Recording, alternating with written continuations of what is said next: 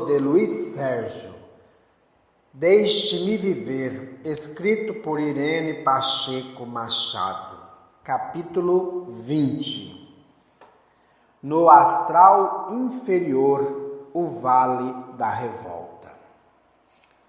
Sérgio, agora vamos dar uma chegada ao Vale da Revolta, convidou-nos Isis. Agradeci e a acompanhei em silêncio. Juntamo-nos aos outros e ganhamos estrada. À medida que nos aproximávamos do vale, a vibração ia caindo. Era sufocante. Andávamos com dificuldade. Uma neblina enfeiava a paisagem. O ruído do vento pareceu-me propício para abafar os gritos estridentes. A certa altura, dentro da neblina, apareceu um ponto luminoso. Destacou-se então uma pequena cabana, onde Frei Quirino nos aguardava. Ele e outros espíritos eram os guardiães do lugar. A pequena casa, toda iluminada, era como uma estrelinha em noite tormentosa. Ficamos por algumas horas e nos retiramos com sua bênção de paz. Os trevosos não os molestam? Indaguei a Kellen. Não, ao contrário, respeitam-nos. Muitos, cansados de sofrer, aqui vêm pedir ajuda. Esta casa é um pequeno hospital. Andamos ainda mais um pouco, enfrentando uma atmosfera asfixiante. De longe avistamos o vale, casas corroídas pelo tempo e praças sem jardins davam a impressão de uma cidade fantasma ou bombardeada. Chegamos a passos lentos e só então compreendi por que na casa do Frei Quirino recebemos um tratamento de luz que revestia os nossos perispíritos de uma matéria grosseira capaz de nos proteger na tarefa que íamos desempenhar. Até os outros companheiros me pareceram estranhos. Entramos na cidade, ou melhor, na vila.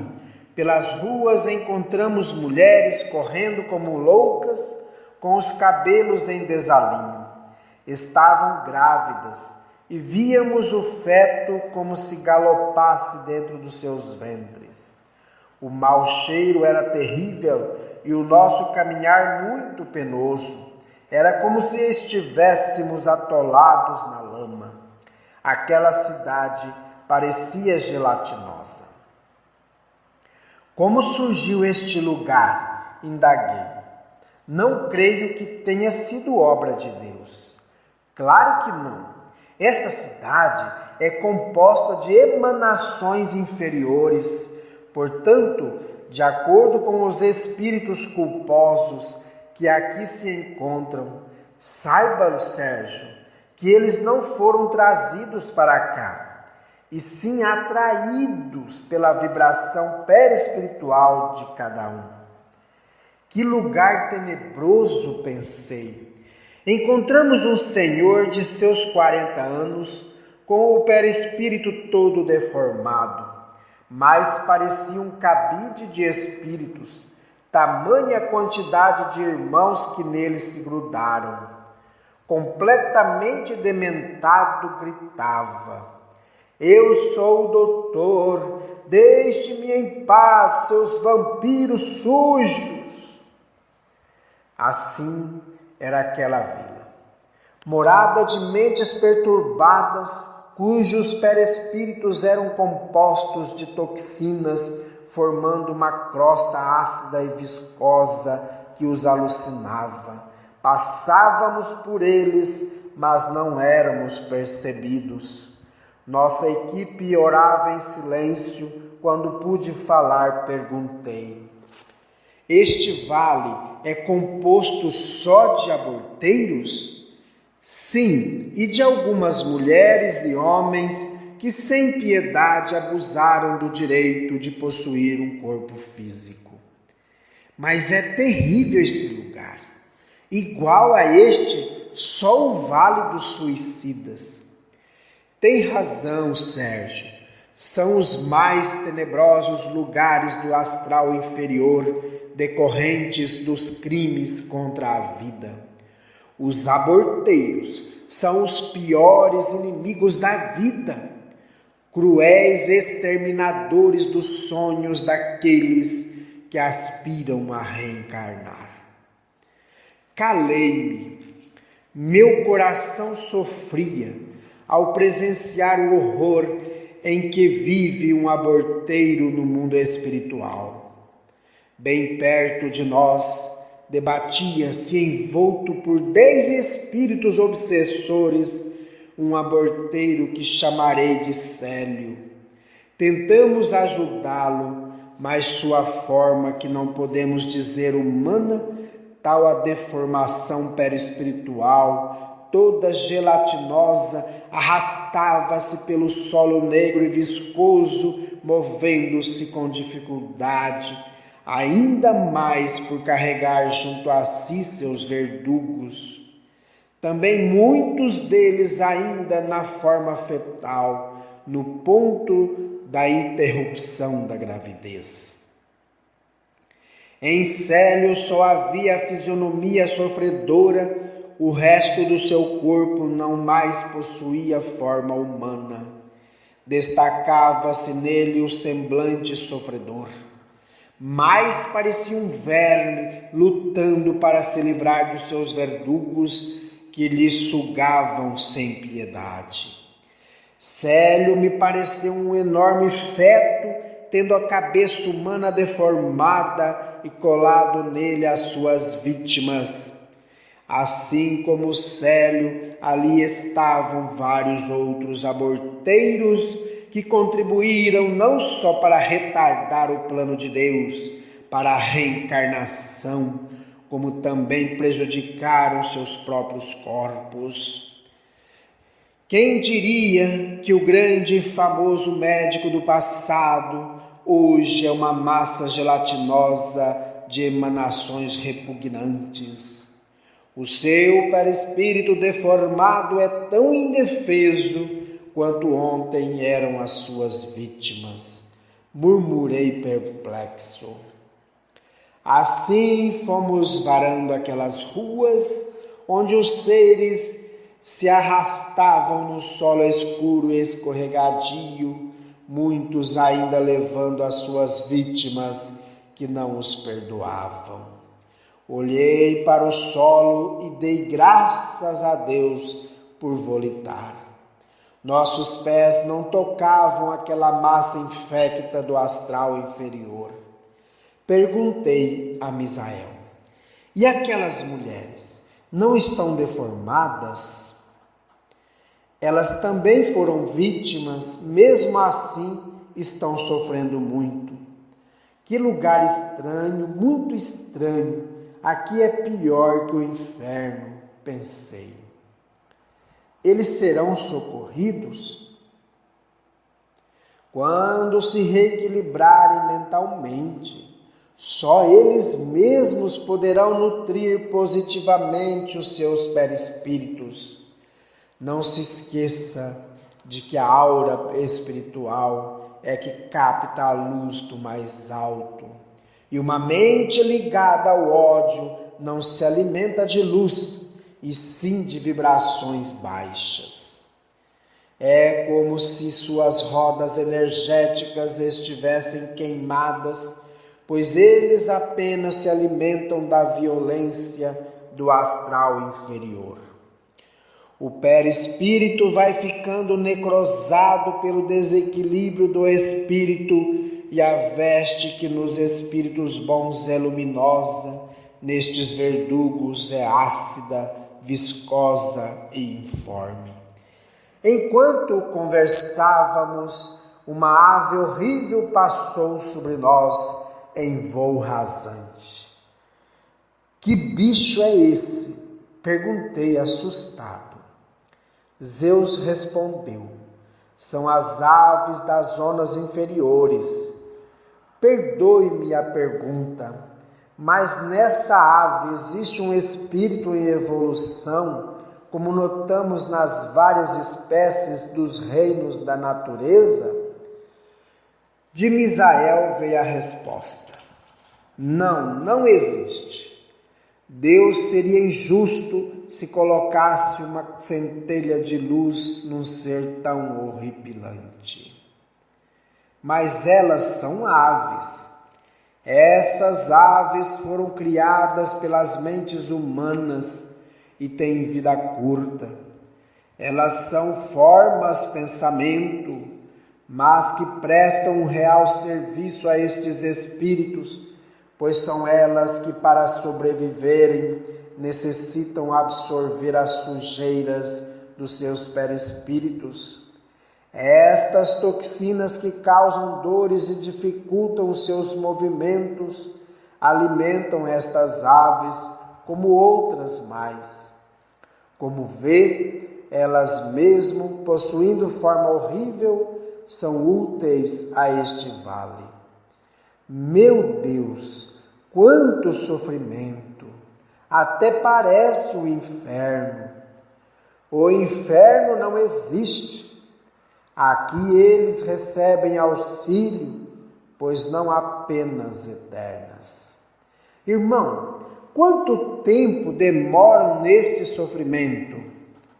Só o tempo de drenar os fluidos negativos que se aderiram ao perispírito. E os nossos técnicos não podem fazer isso para aliviar o sofrimento deles? Não. Os técnicos só podem ajudá-los na hora certa, quando eles merecem. Coitados! E quando isso ocorrerá? Luiz, Deus é bom. Tanto é que eles, os gananciosos, cruéis verdugos de anjos, recebem auxílio do Pai neste vale. Por isso, Sérgio, estamos aqui para tentar levar alguns para os hospitais. Fiquei meio sem jeito. Tem razão. Deus não desampara seus filhos. Nós é que ainda não entendemos seus desígnios. Notei, amigo, que uns estão piores que outros. Muitos chegam a um pior aspecto de deformação por praticar maior número de abortos. Célio chegou a fazer 50 por dia. Que? 50 é matar demais. Nisso avistamos Leocádio. Era uma larva humana e junto a ele vários rostos deformados. Leocádio xingava demais. Eram bem visíveis em sua fisionomia as torturas que sofrera, mas mesmo assim não parava de esbravejar. Se preciso for, voltarei a matá-los, a todos seus fetos imundos. Deixe-me em paz, estou cansado de tê-los junto a mim. Ísis, aproximando-se de Leocádio, foi chamando pelo nome um por um dos abortados, e eles foram desprendendo-se da massa gelatinosa, como quando se joga inseticida numa planta e caem os parasitas. Assim também foram caindo sobre o aparelho que Ísis tinha nas mãos. Ela conseguiu retirar de Leocádio uns 20 espíritos que fez adormecer com amor. Leocádio, com voz orgulhosa, falou: Obrigado, colega. Agora ajude-me a voltar a ter um corpo humano. Não sei por que Deus permitiu que esses fetos imundos me atormentassem tanto. Só fiz o que os pais me pediram, nada mais. Sou um profissional, montei uma das melhores clínicas abortivas na grande São Paulo, dando todo o conforto à gestante. Não acha mais nobre tirarmos as mulheres das mãos das curiosas aborteiras? Na clínica, a mulher recebe toda a assistência, o que não acontece em casas de curiosas. Agora não sei por que vejo-me junto a esses fetos mal cheirosos. Eu, o doutor Leocádio, eminente médico brasileiro. Irmão, como médicos, temos por dever lutar pela vida. E o irmão, quando escolheu a sua profissão de médico, bem sabia que teria de consagrar o seu trabalho à saúde e ao prolongamento da vida física de seus pacientes. Interromper uma gravidez é extinguir vida humana em sua fase embrionária, é tolher o plano divino que prepara as almas para cumprir sua etapa no mundo físico. Pensei que fosse médica, mas pelo visto é mais uma fanática religiosa. Engana-se, irmão. Sou uma filha de Deus que se esforça para servir a todos os que de mim precisam. Deixemos de conversar e me ajude. Quero só a forma humana. Sobre isso, nada posso fazer. O seu corpo está deformado pelo ódio no seu coração. E ele é o seu cirurgião plástico. Por enquanto, o irmão não tem condição de moldar um novo corpo humano. Até lá, será prisioneiro dessas terríveis deformações perispirituais. Não será Deus, nem seremos nós, os médicos mensageiros, que iremos livrar-lhe dessas lesões perispirituais. O seu corpo verdadeiro, o criado por Deus, está latente dentro dessas deformações. Só depende do seu coração ressuscitá-lo. Mas eu não suporto mais este sofrimento. A quantos espíritos o irmão negou um corpo? Por isso hoje o seu corpo é esta massa gelatinosa composta de fluidos repugnantes. Se ficar livre do orgulho, os fluidos divinos logo o envolverão. Ísis afastou-se, levando consigo os espíritos que antes atormentavam Leocádio, para que Frei Quirino pudesse ajudá-los até a chegada de socorro. Assim, muitos espíritos foram separados dos seus algozes, mas nem por isso se sentiram reconfortados. Pensei que iríamos voltar, mas o grupo adentrou um pátio também de feio aspecto. Fomos recebidos por Coral, uma estranha mulher que ali prestava auxílio. Não era espírito evoluído, mas se propusera a ajudar os outros. Recebeu-nos com respeito. Os seus auxiliares eram todos mulheres que passaram por aquele vale composto de aborteiros e mães assassinas. Coral nos contou sua vida. Fora enfermeira e por dinheiro praticara abortos. Quando desencarnou, foi para o vale, onde conheceu a verdadeira dor. Ao se ver livre de algumas aderências espirituais, se propôs a ajudar os outros e dali não mais saiu. Ela, com sua equipe, prestava auxílio e, quando os sofrimentos aumentavam, pedia socorro. Por isso ali estávamos. Coral caminhava com dificuldade e falava com a língua enrolada, mesmo assim já estava trabalhando para Deus. Levou-nos a um pavilhão, onde vários espíritos completamente deformados gritavam e brigavam entre si. Zeus, Misael e Quele prestavam auxílio, retirando os fluidos negativos daqueles perispíritos sem forma. Para se aproximarem daqueles aborteiros, os nossos médicos se revestiram de um jaleco da cor violeta. À medida que eram cuidados, eles vomitavam sobre os médicos e estes, com carinho, iam lhes aliviando os sofrimentos. Nós, os não médicos, orávamos em silêncio, juntamente com o coral e seus auxiliares. Éramos almas irmanadas, lutando para caminhar na estrada estreita de Jesus. Mais tarde, fomos convidados a nos retirar, ficando somente os médicos. Lá fora, não pude deixar de olhar aqueles seres disformes, quase que rolando no charco infecto. Aquele local mais parecia um pântano da dor, nada de flores, nem de frutos, nem água, só a dor e o desespero. Será que aqui tudo é sempre assim, nublado e sem sol, Ápila? Dizem que sim.